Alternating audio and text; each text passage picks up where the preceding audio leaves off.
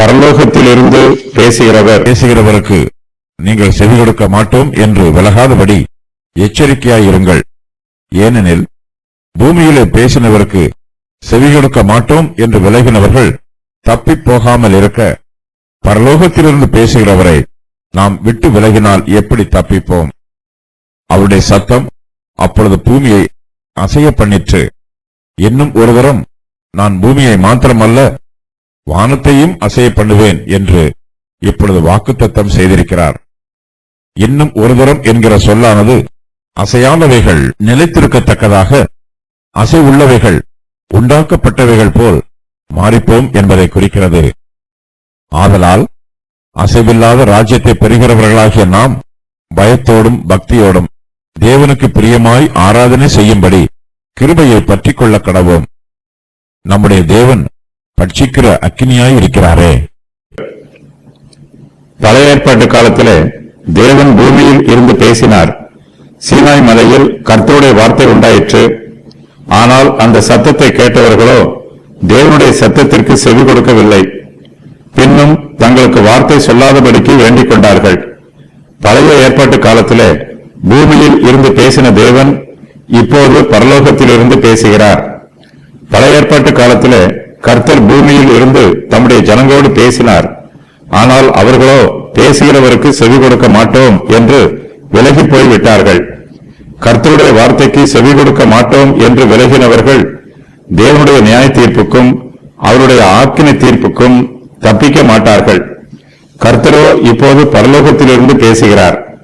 நாம் அவரை விட்டு விலகினால் அவருடைய நியாய தீர்ப்புக்கும் ஆக்கினை தீர்ப்புக்கும் தப்பிப்பதற்கு வழியே இல்லை. தேவன் மனுஷரோடு அற்புதமான வழிகளில் பேசுகிறார். மிகவும் மேன்மையான உபாயங்களை தெரிந்தெடுத்து மனுஷரோடு பேசுகிறார்.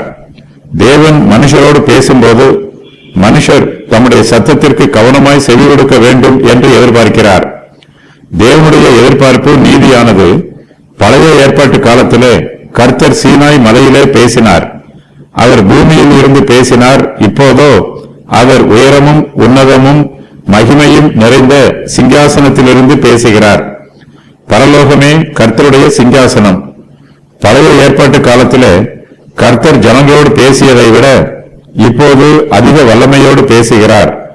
பழைய ஏற்பாட்டு காலத்தில் கர்த்தருடைய சத்தம் பூமியை அசைய பண்ணிற்று. கர்த்தர் இப்போது பரலோகத்திலிருந்து பேசுகிறார். அவருடைய சத்தம் பூமியை மாத்திரமல்ல வானத்தையும் அசைய பண்ணுகிறது. இது கர்த்தருடைய வாக்குத்தத்தம். வானத்தில் இருந்து வந்த சுவிசேஷத்தினாலே தேவன் யூதருடைய தேசத்தை அசைத்தார். பழைய ஏற்பாட்டு காலத்து சபைக்கு பதிலாக இந்த பூமியிலே சுவிசேஷத்தினால் ஸ்தாபிக்கப்பட்ட புதிய உடன்படிக்கையின் சபையை ஸ்தாபித்தார். தேவன் நம்மோடு பேசும்போது நாம் அவருடைய வார்த்தைக்கு செவி கொடுக்க வேண்டும்.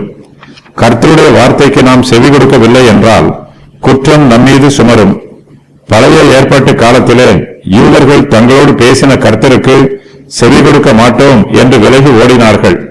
அப்படிப்பட்ட தப்பிதத்தை புதிய ஏற்பாட்டு காலத்தில் ஜீவிக்கிற நாம் செய்யாதவாறு எச்சரிக்கையாய் இருக்க வேண்டும். தேவன் மேன்மையான வழியில் நம்மோடு பேசும்போது நாம் அவருடைய சத்தத்திற்கு செவி கொடுக்கவில்லை என்றால் நம்முடைய பாவமும் மீறுதலும் மிகவும் அதிகமாய் இருக்கும். புதிய ஏற்பாட்டு காலத்திலே தேவன் சுவிசேஷத்தின் மூலமாய் பேசுகிறார். சுவிசேஷத்தின் வார்த்தை தேவனுடைய வார்த்தை. சுவிசேஷத்தின் மூலமாய் தேவன் தம்முடைய பரிசுத்த எக்காலத்தை ஊதுகிறார். தேவன் இந்த பூமியிலே சுவிசேஷத்தினால் தம்முடைய ராஜ்யத்தை ஸ்தாபிக்கிறார். தேவனுடைய ராஜ்யம் புதியது. இது உலக பிரகாரமான ராஜ்யம் அல்ல. இது ஆவிக்குரிய ராஜ்யம். தேவனுடைய ராஜ்யத்தை எந்த வல்லமையாலும் அசைக்கவோ அழிக்கவோ முடியாது. இன்னும் ஒரு தரம் நான் பூமியை மாத்திரமல்ல வானத்தையும் அசைய பண்ணுவேன் என்று தேவன் இப்பொழுது வாக்குத்தத்தம் செய்திருக்கிறார். அசையாதவைகள் நிலைத்திருக்கும், அசைவுள்ளவைகள் மாறிப்போகும். தேவனுடைய ராஜ்யம் அசையாதது, அது நிலைத்திருக்கும்.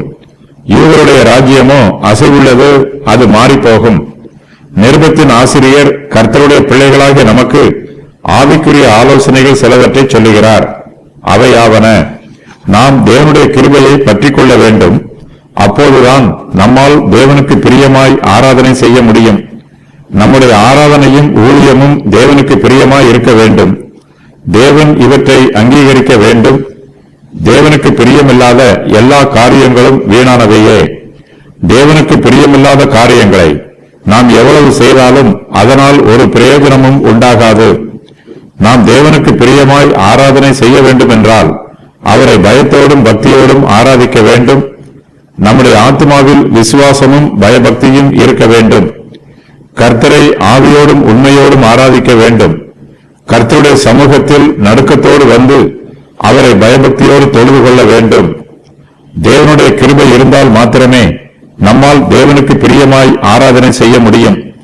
தேவனுடைய கிருபை இல்லாமல் நம்மால் ஒன்றும் செய்ய முடியாது. ஆகையினால் கர்த்தருடைய பிள்ளைகளாகிய நாம் பயத்தோடும் பக்தியோடும் தேவனுக்கு பிரியமாய் ஆராதனை செய்யும்படி கிருபையை பற்றிக் கொள்ள வேண்டும். தேவன் நேற்றும் இன்றும் என்றும் மாறாதவராய் இருக்கிறார். அவர் எக்காலத்திலும் நீதியும் நியாயமும் உள்ளவர். நியாயப்பிரமாணத்தின் காலத்தில் கர்த்தர் நீதி உள்ளவராய் இருந்தது போல சுவிசேஷத்தின் காலத்திலும் அவர் நீதி உள்ளவராகவே இருக்கிறார். தேவனுடைய நீதி ஒருபோதும் மாறுவதில்லை. நம்முடைய தேவன் பட்சிக்கிற அக்கினியாய் இருக்கிறார். தேவன் எக்காலத்திலும் நீதியாய் நியாயம் விசாரிக்கிறவர்.